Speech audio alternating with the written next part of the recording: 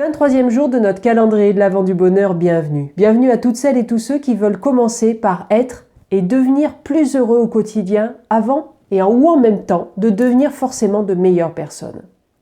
Alors, comment faire un calendrier de l'Avent sans parler de la magie de Noël, du lien entre Noël et le bonheur? Eh bien, j'avoue que j'avais zappé ce sujet, alors merci à mon mari de m'avoir soufflé ce sujet pour ce 23e jour. N'oubliez pas aussi de vous abonner à ma chaîne si vous voulez bénéficier de tout le positif que j'espère vous apporter dans mes vidéos, que ce soit en termes de coaching, mais aussi en termes de bonheur pour cette série-là. Tout d'abord, je m'excuse aussi auprès des personnes pour qui Noël n'est pas une fête, qui ne voient pas ou qui ne voient plus la joie de cette période pour diverses raisons. J'en connais autour de moi et j'avoue que j'ai très souvent le cœur lourd quand les fêtes approchent de savoir le dilemme qu'elles ont de vivre avec des gens autour d'eux qui ont le cœur léger, qui ont les yeux brillants, qui parlent encore et encore de Noël, des cadeaux, des repas, etc. Alors je suis désolée pour vous, mais cette vidéo n'est malheureusement pas pour vous. Alors, qu'est-ce que Noël en termes de bonheur?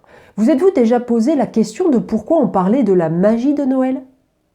Eh bien, j'ai fait cet exercice pour la première fois, grâce à vous, par rapport à cette vidéo. Vous me direz, si vous le voulez bien, si vous êtes d'accord avec ce que je vais dire, ce avec quoi vous n'êtes pas d'accord, et puis ce que vous rajouteriez peut-être par rapport à ma réflexion, qui, j'espère, va rejoindre la vôtre, mais j'espère aussi que vous allez l'enrichir. Alors Noël, déjà, c'est une fête. Si, je vous promets, c'est une fête. Et rien que cela, ça apporte généralement de la joie, du lâcher-prise, de la prise de recul par rapport à tous nos soucis, nos problèmes qui sont dans notre tête au quotidien.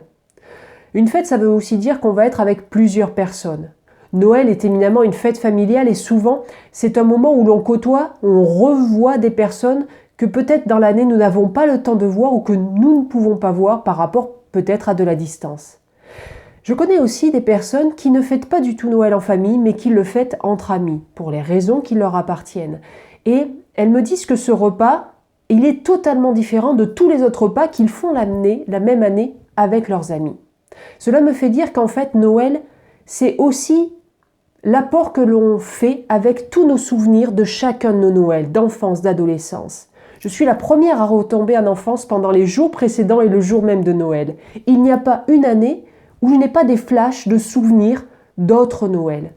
Je crois que notre joie, du coup, elle est celle du moment, décuplée par tous les souvenirs des Noëls précédents. Les souvenirs de notre jeunesse, de notre jeune âge adulte jusqu'à présent. Cette année, les 2 meilleurs souvenirs d'enfance qui me reviennent, qui me sont revenus, sont le moment où je me levais quand j'étais à peu près à l'âge de ma fille, donc 14-15 ans, et j'allais mettre au pied du sapin les cadeaux pour mes parents et mon frère. Je partais du bas de la maison pour aller au premier étage et j'étais, comme James Bond, j'étais un petit chat à ne pas faire de bruit, à éviter que les 3 portes que j'avais à ouvrir ne craquent. Et je retournais me coucher tout aussi discrètement avec la joie, le bonheur d'avoir accompli cette mission pour le futur bonheur de mes parents et de mon frère. L'autre souvenir d'enfance, eh bien, c'est un cadeau très particulier, entre guillemets, pour moi. J'avais vu une chemise sur un catalogue et j'avais forcément mis sur ma liste pour le Noël d'après. Et tous les jours jusqu'à Noël, à peu près, ma mère me disait en fait que cette chemise avait eu tant de succès que c'était en rupture de stock, donc il ne fallait pas que je m'attende. Elle voulait m'empêcher d'être déçue, donc il ne fallait pas que je m'attende à la voir au pied du sapin. Et c'était jumelé avec un des rares Noëls en fait où on a passé dans la maison de mes grands-parents. Et donc là aussi, il y avait ces 2 choses très chaudes, chaleureuses pour moi qui m'ont fait beaucoup de bien. Et devinez ce que j'ai découvert au pied du sapin? Le paquet contenait la fameuse chemise. Noël, il y a aussi ce bonheur qui est associé parce qu'il fait appel à tous nos sens. Les plaisirs de la bouche et de l'odorat par tous les mets qu'on va manger, qu'on se met à cuisiner, qu'on achète et qu'on n'achète pas habituellement peut-être. Il y a aussi le plaisir des yeux avec toutes les décorations, le sapin décoré, la table décorée, la maison qui est décorée. Moi, sur mon bureau, je mets toujours dès le 1er décembre un petit sapin de Noël avec des paquets au sol. Il y a aussi les sons. Qui n'a pas une musique de Noël dans la tête? Que ce soit Jingle Bells ou Mon beau sapin ou encore Mariah Carey et son All I Want for Christmas is You. La reprise de cette année avec Justin Bieber me plaît moins. Il y a aussi le toucher évidemment qui est sollicité parce que il y a les papiers cadeaux que l'on va déchirer allègrement ou qu'au contraire on va déplier, On va prendre le temps de les déplier, de les remettre à plat et peut-être, dans une problématique de zéro déchet, les réutiliser pour l'année d'après. Du coup, on a tous des moments préférés à Noël. Est-ce que vous faites partie des gens qui adorent les préparatifs? Est-ce que vous faites partie de ceux qui, tout au long de l'année, notent dans un carnet les idées de cadeaux qui viennent parce qu'un tel, votre enfant, vous a dit « Oh, j'adorerais avoir ça » ou votre conjoint qui vous dit « Ah, ce spectacle-là, il serait génial ». Et du coup, toute l'année, il y a le carnet qui s'étoffe d'une liste de cadeaux plus ou moins surprises pour Noël. Êtes-vous plutôt de ceux qui préfèrent le réveillon et son côté peut-être plus cocooning à cause de la nuit? Et peut-être, si vous faites partie des personnes qui vont à la messe, eh bien peut-être que ça aussi, ça en rajoute. Ou est-ce que vous faites partie de ceux qui sont focalisés sur le jour de Noël et son repas?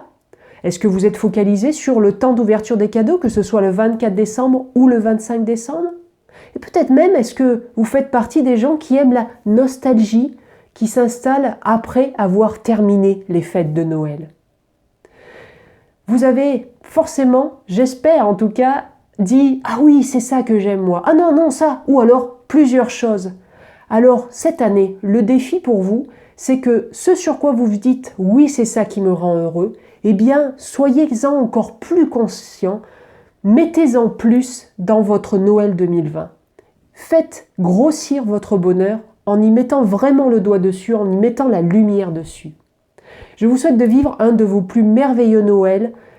Focalisez-le, maximalisez-le si c'est possible. Et si vous pensez que ces vidéos peuvent rendre plus heureux une ou plusieurs des milliers de personnes de votre entourage plus heureux, peut-être pour Noël, eh bien merci de leur faire bénéficier de cette vidéo. Cliquez sur le pouce sous la vidéo dans YouTube, cliquez sur le cœur dans Instagram et puis likez-la dans Facebook. Je vous souhaite un merveilleux Noël. Pour moi, je vais continuer à emmagasiner tous les merveilleux souvenirs de Noël avec ma fille et mon mari. À demain.